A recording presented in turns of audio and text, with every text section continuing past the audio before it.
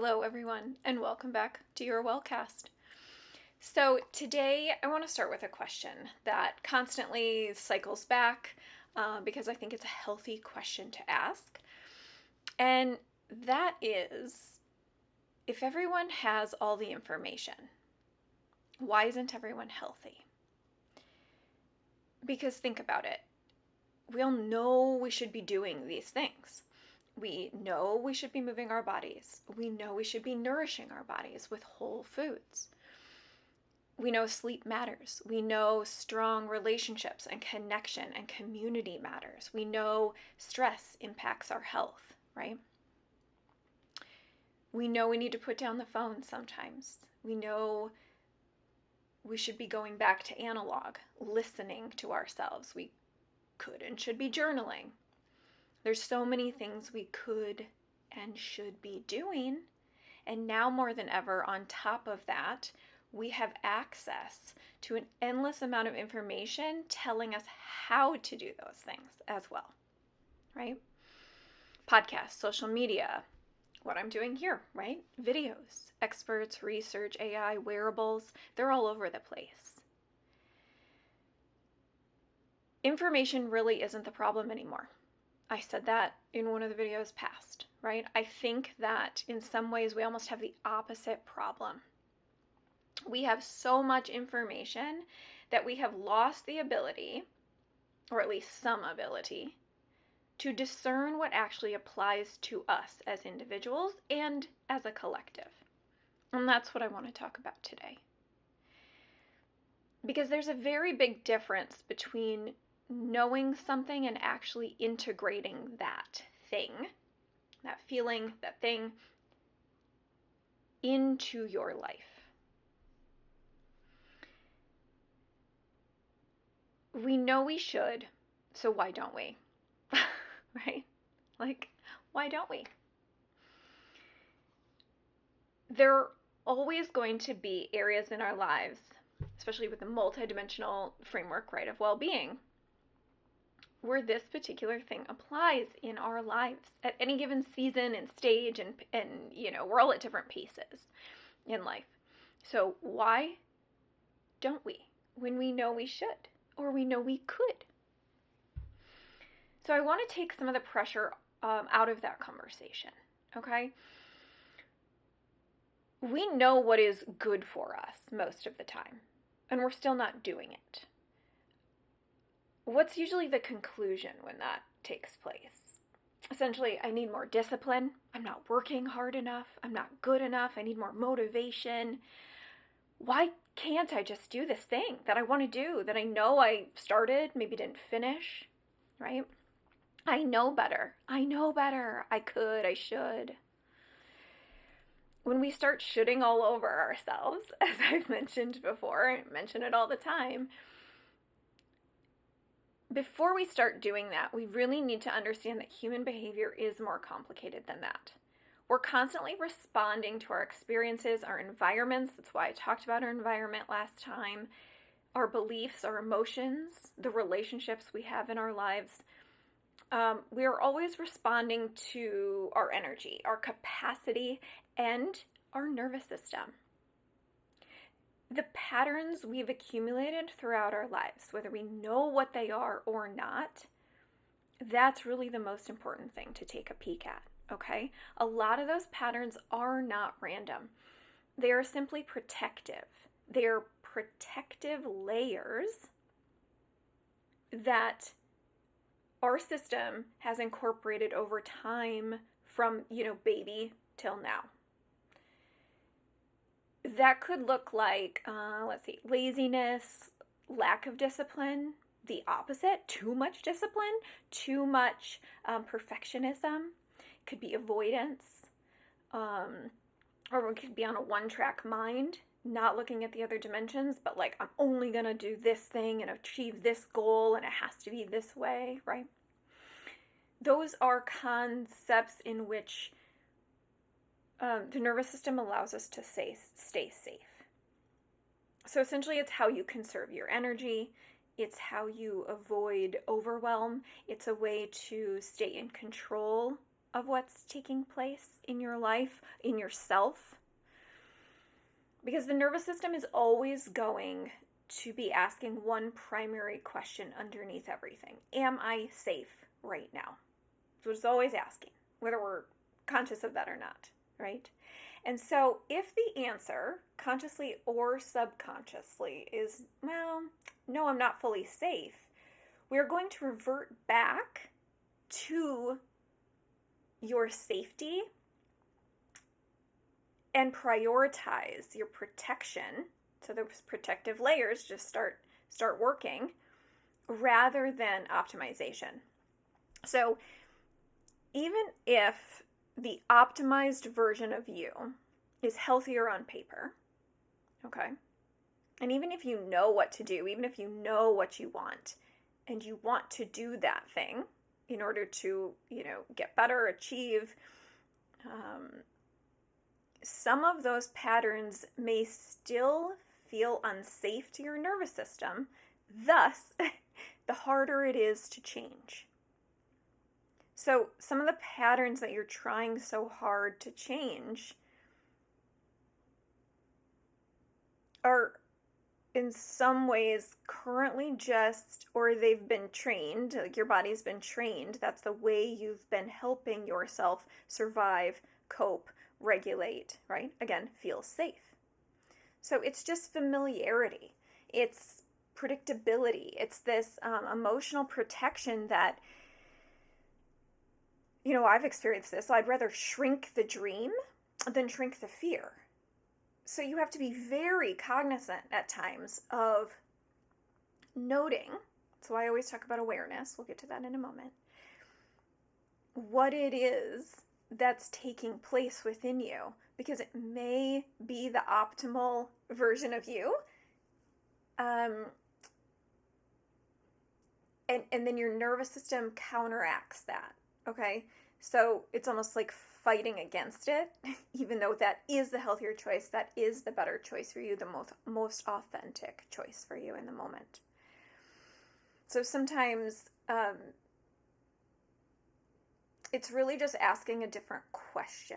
Like, why can't I change this, is what we often ask ourselves, but maybe we should stop for a moment and ask, what is this pattern protecting me from? Okay, so I'm going to say that again. Instead of always coming at it like, well, why can't I change this? Right? You hear that judgment in there? Maybe just ask, what is this current pattern protecting me from? Because then you're going to be able to better investigate what is going on and what your nervous system is trying to do for you here. The nervous system doesn't know if it's right or wrong. Right? Like you're consciously trying to map all that out whilst changing for the better. Okay? That's why this is kind of layered. It's multifaceted. That's why it's difficult for people to pick up habits, keep habits, make sustainable change. And again, it always starts with awareness.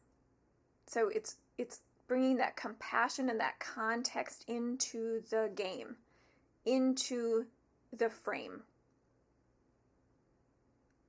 So what is my nervous system trying to do for me here? Rather than, why can't I change this? It's me, I'm terrible, I'm not good enough, I can't do it. No, that's not the question.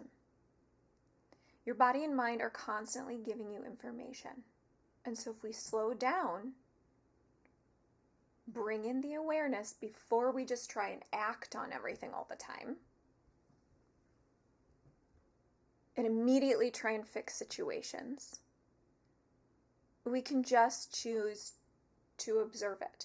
Because in the observation, we're going to come at these things from a different angle, from a new perspective, from a new awakened belief system, where we're seeing our limiting beliefs, if we're asking ourselves about the patterns of safety or nervous system protection. We can begin to question those things, right? No, I don't need to shrink the dream. I need to shrink the fear around the dream, that limiting belief around what it is I'm searching for, going for, wanting to act upon.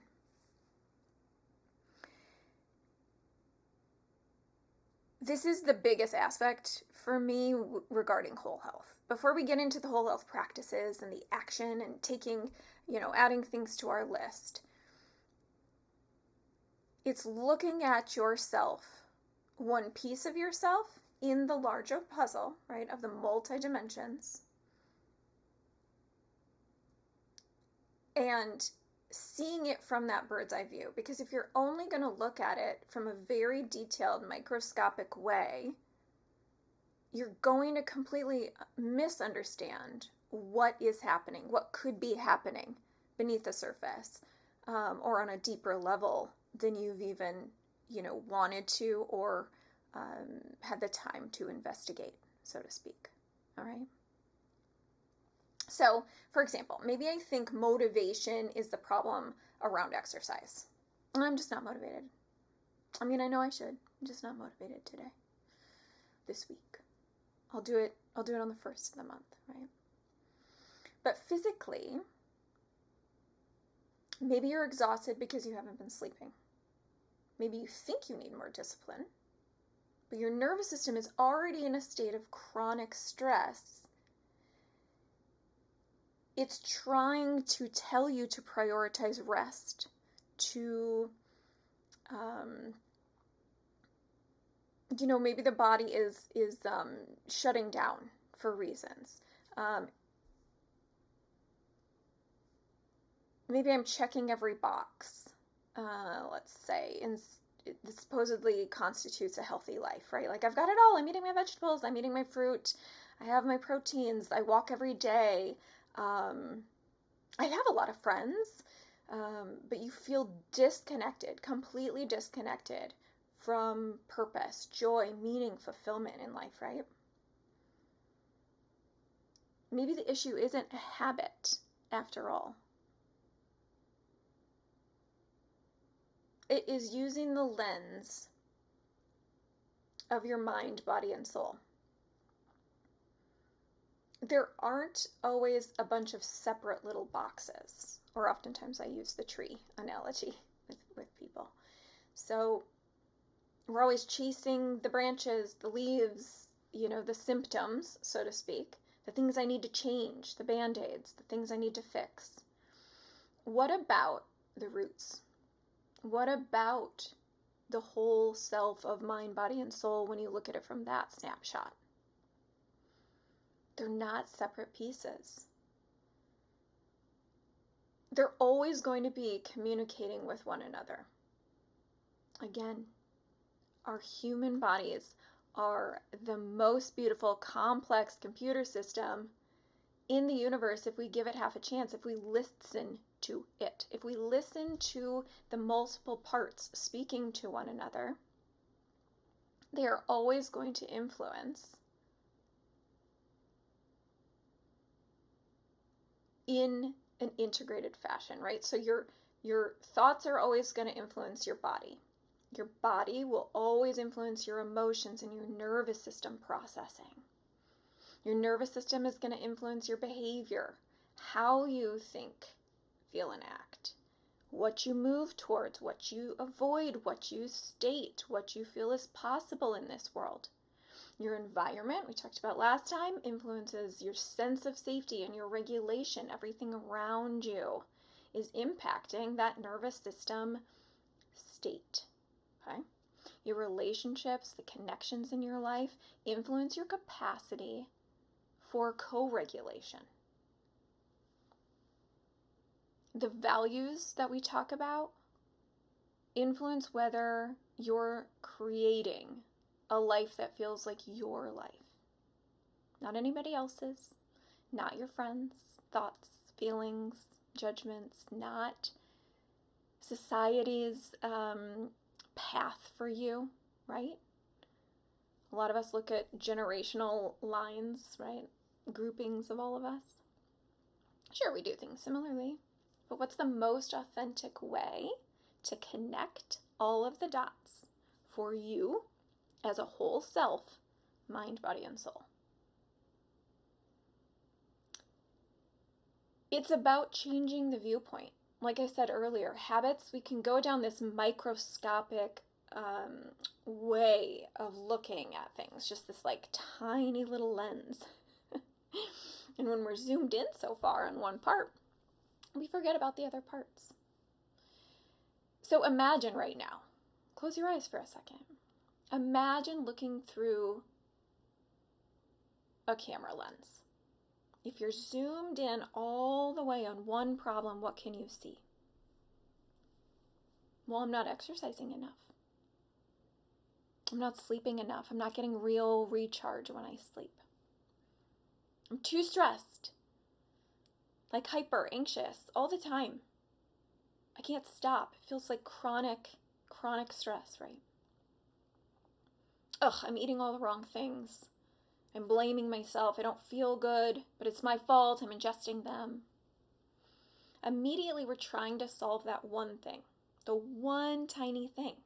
But with awareness, we're zooming out. We are zooming out, bird's eye view, like I say, that vision, the bird's eye view of our lives, or even our one self, right?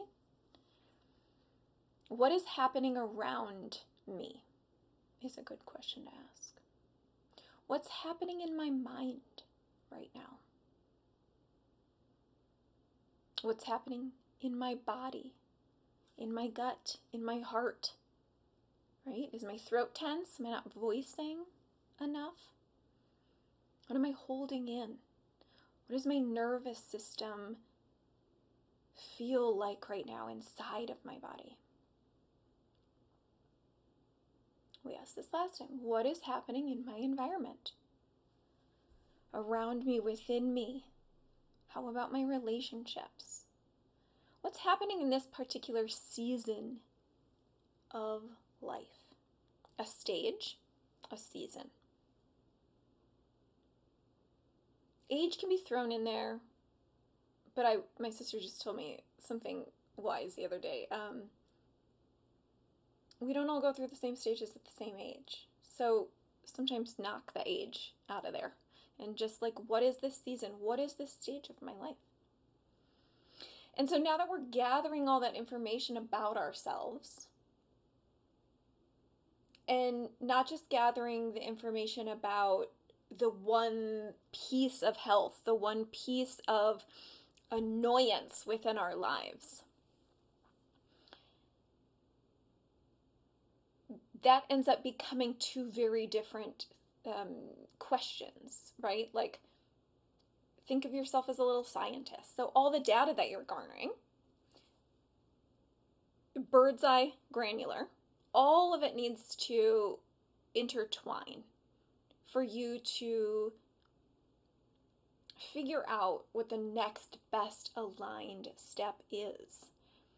But there's no point in taking a step, multiple steps on that path, if you're not ready, if you're not thoughtful and intuitive about the reasons why those steps are taking place, okay?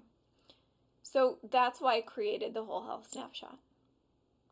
It's one of the first things I walk through in the Whole Health Foundation's introduction workshop, because as though it's incredibly simple, it's the thing that we should constantly be coming back to. You're asking yourself every single day, whether you write in a gratitude journal, whether you write in an open page creative journal, okay? Or if it's just with coffee driving to work every day. Where am I today is what you're asking.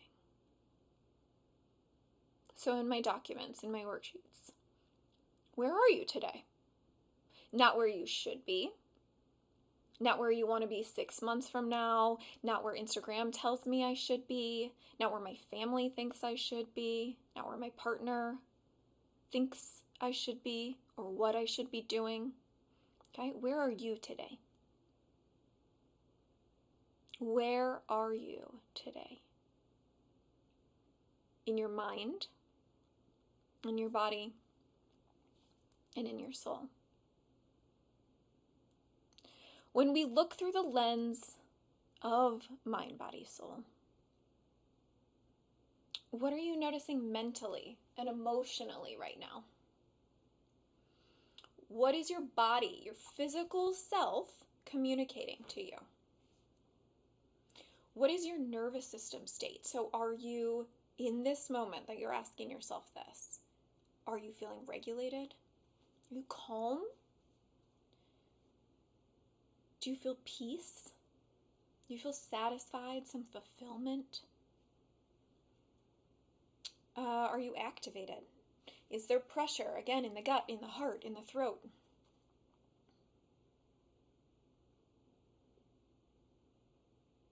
Have you shut down? Are you numb? Look at my face. Are you numb? Have you backed away? Are you avoiding? Where have you shut down today? Do you feel scattered? Is there just too much going on? Is it highly anxious? Your mind is running. There's so many things to do. Am I going to have the time to do all of those things? So many different dimensions are coming at you right now as you, the center. Okay? Maybe you feel scattered. That's okay. Every feeling and every emotion is okay. There's no right or wrong. Where do you feel connected? The spirit, the soul. Where do you feel connected to your purpose? To your meaning, the values that are most important to you, authentically you, your core. Your highest self. Where do you feel most connected today? Again, no perfect answer. I'm going to answer completely different than what you would on any given day. And that's the most beautiful part. We don't want similar people moving throughout the world. We want everyone to understand themselves so well that you're able to bring your own gifts to this space, to this universe, to this world, to this collective, so we can all level up together. Because what you're great at, I could struggle with, all right? So I'm going to toss that over to you because you excel at that. So again, no right answers, no perfect answer. And most importantly, you don't need to solve or change anything yet. In the moments of awareness, in the Whole Health Foundation's introduction workshop, it's time spent knowing that you don't need to change anything. The purpose is to almost not change anything. It's because you're just collecting that data and you're beginning to see yourself more clearly. Sure, maybe stemming from the one thing you want to fix, the one thing you want to change.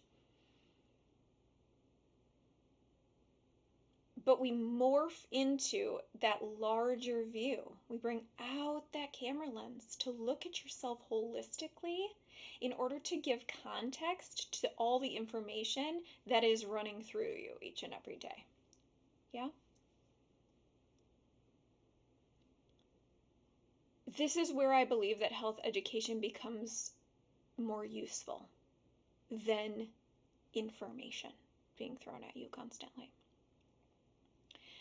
Again, I'm not saying that information is not a good thing. I'm not saying that it doesn't matter. It absolutely matters.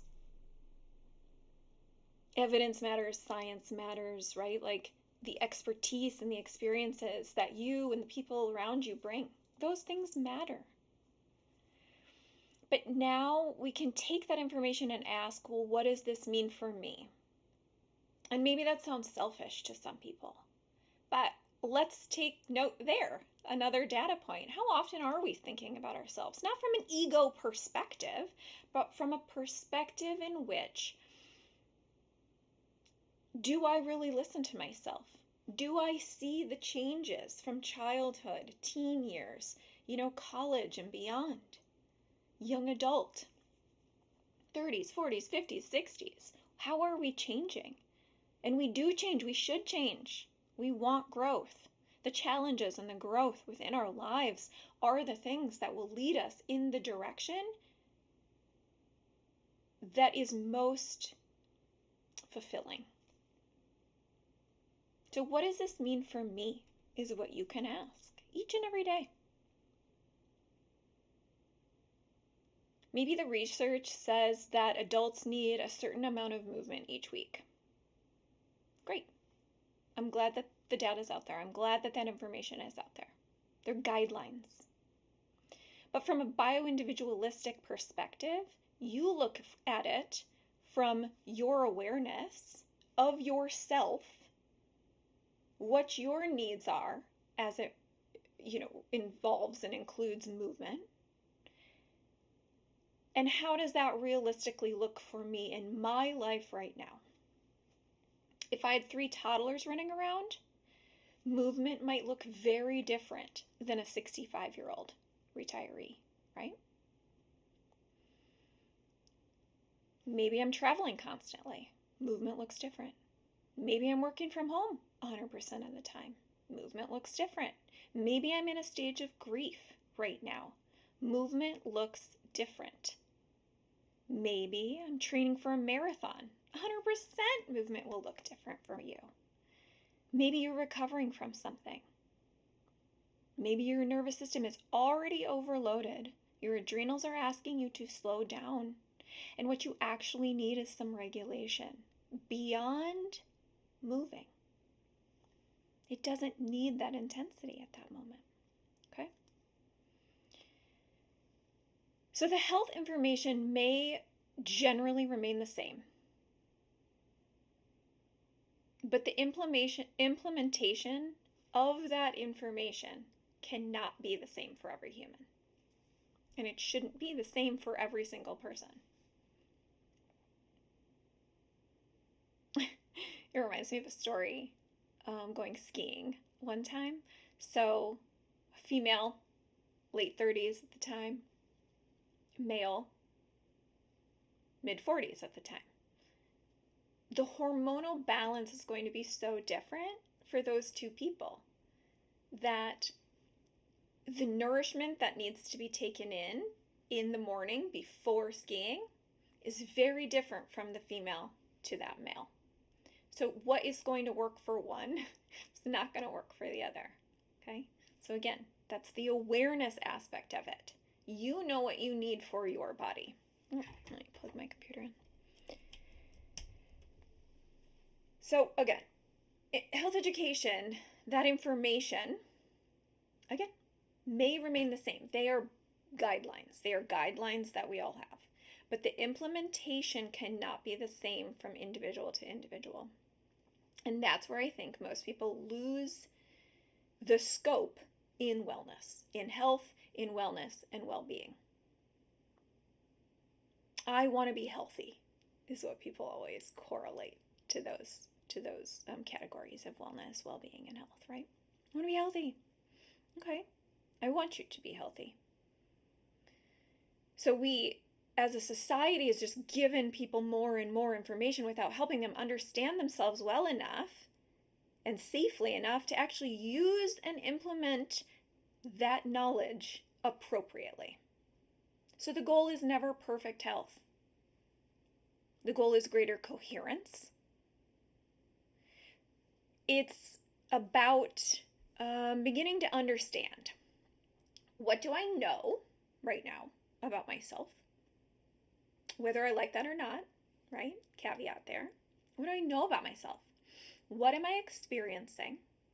What do I value? What is the environment communicating to me? What is my nervous system saying throughout all of this? And what patterns keep appearing? And that, again, is where we go back to what we're experiencing. What patterns am I seeing, whether I like those patterns or not? Okay? It's coming from a neutral perspective when we're talking about awareness. So you ask yourself those questions, and then what then am I consciously choosing? That's going to be the bridge.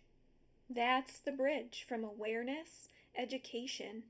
Then we move into that aligned, regulated, motivated, and meaningful implementation.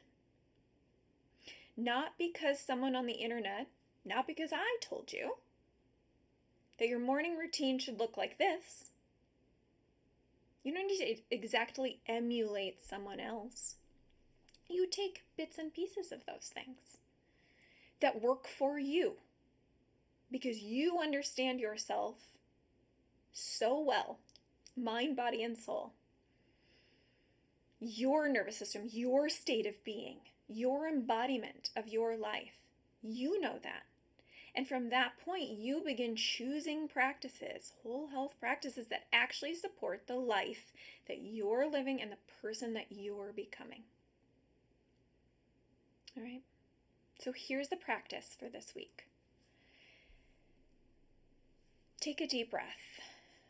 And before you decide you want to change another thing about your health, choose one area. That's all I'm asking. One area that you've been saying, I know I should. I know I should go to bed earlier. I know I should exercise. I know I should be going out with my friends right now. I know I should be eating differently. Yep, I gotta meditate more. I know I should have set that boundary at that moment. Whatever yours is today, okay, I'm looking at you. Whatever area you are saying, I know I should. Instead of finishing that sentence with another instruction for yourself, pause. Just pause and ask, what's actually happening here? What is actually happening here? What am I noticing in my mind? What is my body feeling and communicating to me? What is my nervous system doing in response to this particular question? What am I avoiding, resisting, shutting down? What am I trying to over control or numb out right now? Right? What am I trying to protect? What do I really need? Ask yourself, what do I really need in this moment? Not from an egoic space, but from a space in which you're healing yourself. You're understanding your health on a true level. What do I need? What matters to me right now?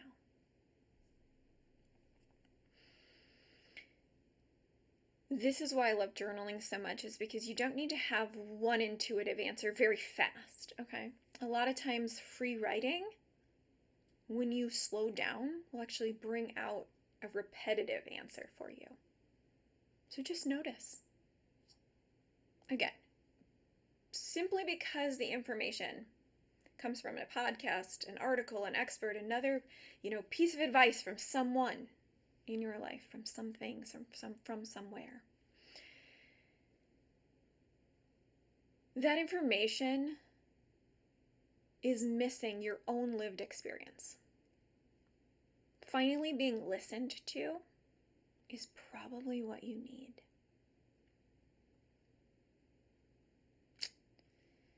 Finally being listened to. And once you can see yourself more clearly in that intuitive, authentic way, you will have a much better starting point for deciding what in fact comes next for you. That's whole health. So, I'm going to wrap up by saying, if you want a little more structure around this, I have created Whole Health Foundations. It's the introduction workshop, and it walks you through not only that whole health snapshot, but the dimensions of wellness and levels of self-awareness. Okay? So it's a 30-minute video with me. It is, I think, a total of 18 pages. So there's 3 companion resources, essentially, that go with that video. They're things that you can consistently come back to. Because as I've stated in past videos, it's cyclical. It's either cyclical or it's waves. It's never a linear path. We're never just done, okay? We're always growing. We're always moving and learning. And this is the starting point. I'm creating the Whole Health Foundation series because it's the starting point. Because so many of us have now been inundated with all of that information that we need to come back. We need to come back to the beginning, back to understand the awareness aspects and saying, what do I need? Before what's next, what do I need? I know I should, but what is my system actually trying to tell me? All right. Thank you guys so much for tuning in today. I really appreciate you. Until next time, talk soon.